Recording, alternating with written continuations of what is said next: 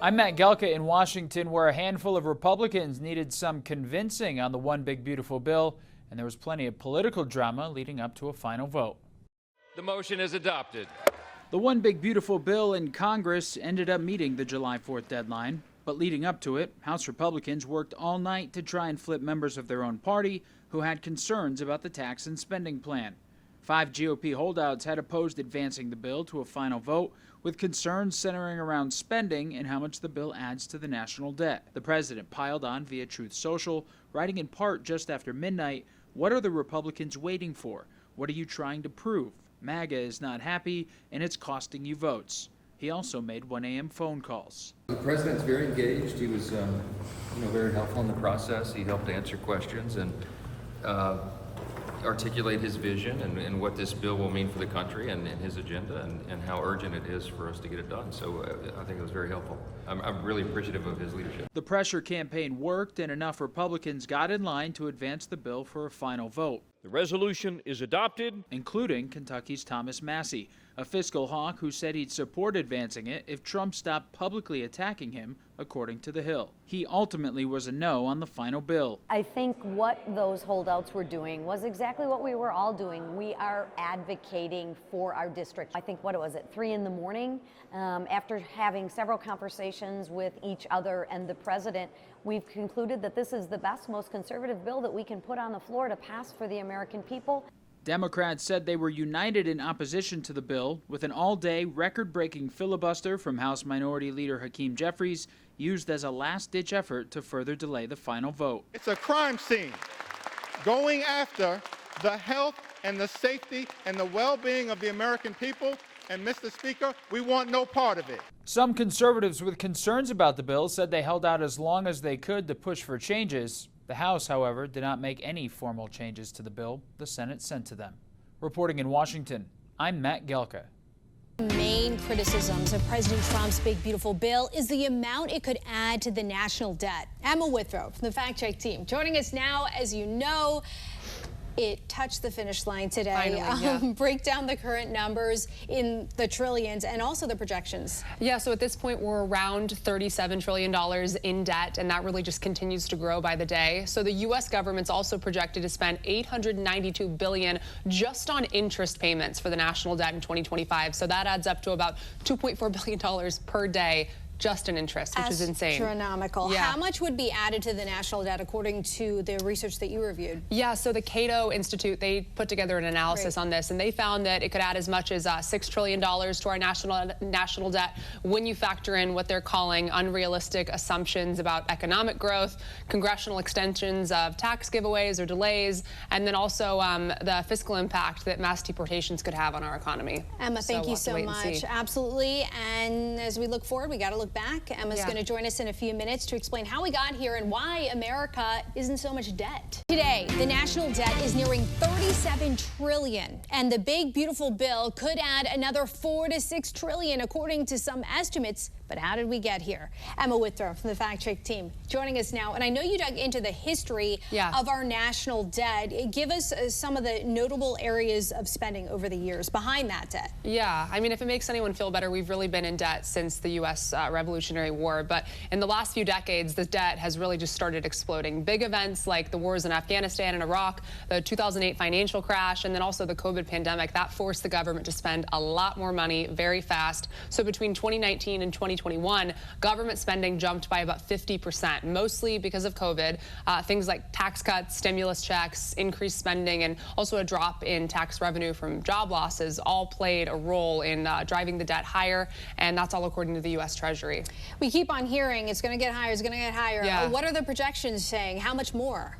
Yeah, so I looked into a couple of different analyses of this. And so for starters, the bill could add $5 trillion to the national debt. But aside from that, according to the Congressional Budget Office, the national debt's also expected to exceed its record high in just 4 years. Right after World War II, the U.S. hit an all-time high of 106%, meaning that we owed more money than the entire economy produced in a year. So the CBO projects the debt's going to be even higher come 2035, reaching around 118% GDP. So fingers crossed changes are made before we get to that point. Yeah, GOP in celebration mode with this bill today, of course. Emma, thank you. Thanks. For more on this fact check team topic, including links to their sources, scan that QR code on your screen or visit thenationaldesk.com. The one big beautiful bill is now law. One key provision is no tax on tips. The fact check team's Janae Bowens is joining us to discuss. So first of all, just break down the numbers and tell us who this applies to. Yeah, Dee. So this is a temporary tax deduction on tips through 2028.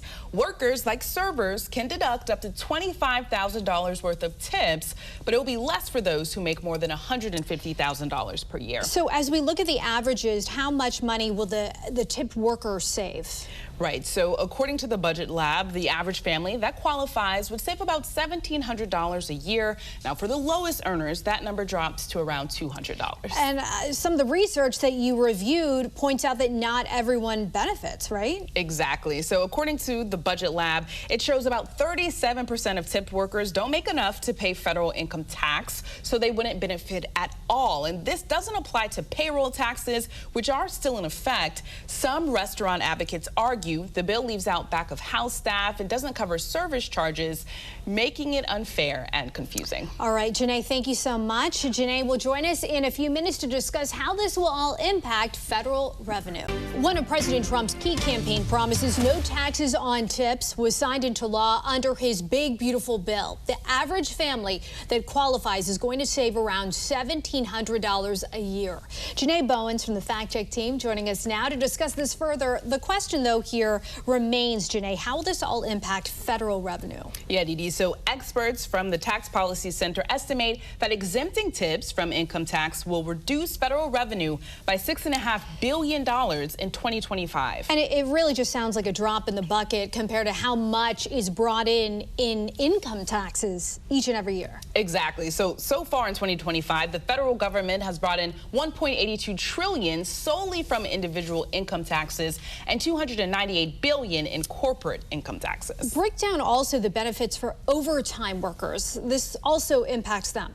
Right. So all of the overtime hours they work, they won't be taxed on. Now, they're able to make up to $12,500 untaxed, but it'll be less for workers who make more than $150,000. All right, Janae, thank you. If you want another look at the numbers for more on this fact check team topic, including links to their sources, scan that QR code or visit thenationaldesk.com.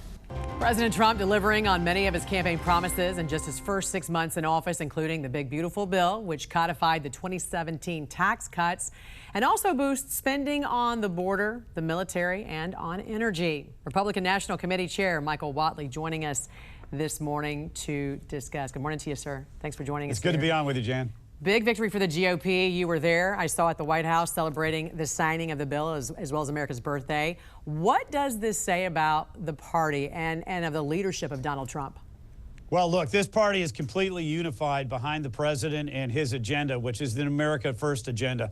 And the fact that we were able to get this bill done and complement what he's doing within the administration means that our economy is going to be stronger and stronger and stronger, that every American family, every American community is going to be in a position to do better. And that's really what we fought for and what we won over in 2024. And Chairman, while Republican Congress members are taking this victory lap, you know, Democratic members are on their own tour in their districts criticizing measures in the bill, specifically on Medicaid and on SNAP. How will this bill reduce waste and abuse of programs like Medicaid and SNAP for low-income families?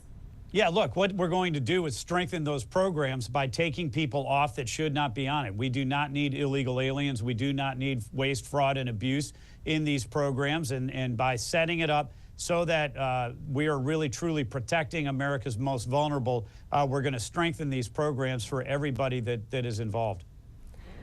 I want to read to you an article that I saw yesterday on Axios about Democratic members of Congress facing demands from their constituents to break the rules and, quote, fight dirty. So I want to quote some of this article for you, and I'll get your reaction. A House Democrat told Axios that, quote, the grassroots wants more. Some of them have suggested what we really need to do is be willing to get shot when visiting ICE facilities on federal agencies. Another Democratic lawmaker said constituents have told them civility isn't working and to prepare for violence to fight to protect our democracy. And yet another House Democrat told Axios, what I have seen is a demand that we get ourselves arrested intentionally or allow ourselves to be victims of violence. And a lot of times that's coming from economically very secure white people. What do you make of this, Chairman? I think it's frightening. I think the fact that we are seeing this type of rhetoric right now, mostly coming from Democrat leaders, is inciting the type of violence that we're seeing in Texas. We had, a shooting. We had another group that was arrested for an attempted shooting. The violence that is coming right now is being spurred on by the left. We saw it out in California, where you had Karen Bass, you had Governor Newsom, and others who are out there inciting these riots in California, all across the country right now. The language needs to be toned down. The rhetoric needs to be toned down. We do not need these exhortations towards violence, because what they're going to do is create violence. They're going to get people hurt, including our officers. And we need to back the blue right now, and we need to enforce the laws all across this country. And finally, I know you're a big proponent of election integrity. I did see your latest tweet regarding mail-in ballots in Kansas and a lawsuit that was filed there. What's the situation, and what's the RNC doing about it? Yeah, Kansas is one of many states right now that accept ballots that come in after Election Day through the mail. And we think that Election Day means Election Day. We want to make sure that we have basic protections for mail-in ballots, including that they come in on Election Day. We also want signature requirements and witness requirements, and we want them in mailboxes, not drop boxes. Having the protections for mail-in ballots is one of critical things that we're pushing on, along with voter ID, making sure that only American citizens can vote, and making sure that states are cleaning up their voter rolls. Yeah, specifically in Kansas, the situation is there is a lawsuit that's being filed. By whom? By us, the RNC and the Kansas GOP, and we're fighting that lawsuit out there to protect the Kansas law, which requires that those ballots need to be in by Election Day. All right. Chairman of the RNC, Michael Whatley, we appreciate you joining us this morning. Yes, ma'am. Thank you. Thank you.